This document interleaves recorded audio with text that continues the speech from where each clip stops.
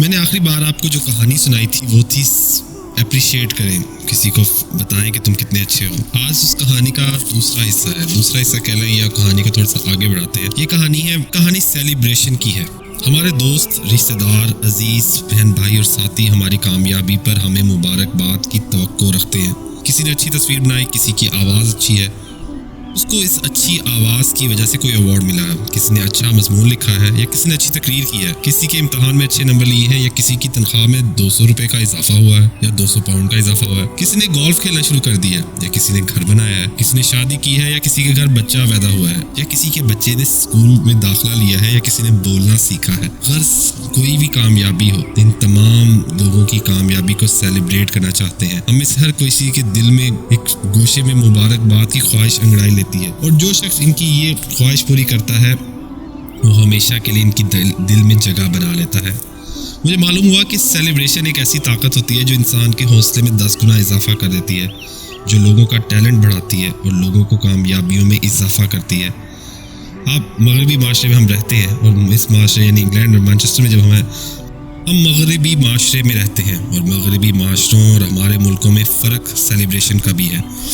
یہ لوگ دوسرے لوگوں کی خوشی اور کامیابی کو سیلیبریٹ کرتے ہیں۔ لوگ ایک دوسرے کو کارڈ اور پھول بھجواتے ہیں، ایک دوسرے کے لیے تالیاں بجاتے ہیں، لوگوں کو متوجہ کر کے اعلان کرتے ہیں، خواتین و حضرات میرے اس دوست سے ملیے، اس کے کھیت میں بہت زیادہ اناج اگا ہے، یا کوئی بھی وجہ ہو، یا اس کی شادی ہو رہی ہے، یا کوئی بھی وجہ ہو، مختلف باتیں ہیں، یا اس کی کوئی بھی وجہ ہو سکتی ہے، اس بارے میں آپ کو کیا بتاؤں، لیکن میں یہ کہہ سکتا ہوں کہ مختلف وجہ ہیں۔ آپ کسی کے گھر میں جائیں، آپ کو وہ بتائیں گے کہ ہمارے بچے نے یہ پینٹنگ بنائی ہے۔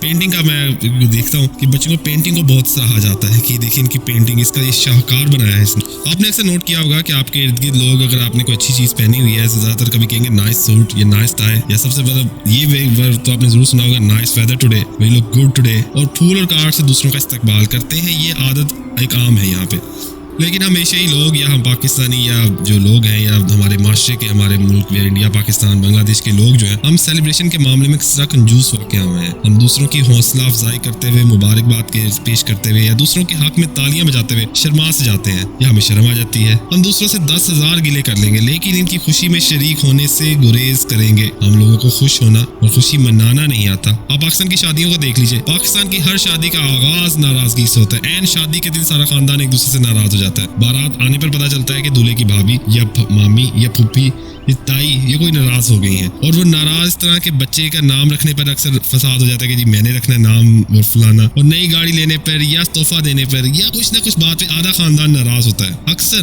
آپ اگر دیکھیں گے پروموشن پانے والے کو کہا جاتا ہے کہ یہ ضرور سفارش کی وجہ سے آگے آیا ہے، اور اگر کسی بچے کے نمبر زیادہ آ گئے تو یہ کہا جائے گا اس کے نمبر انہوں نے زبردستی لگوائے ہیں یا انہوں نے اس بچے نے نقل کی ہے۔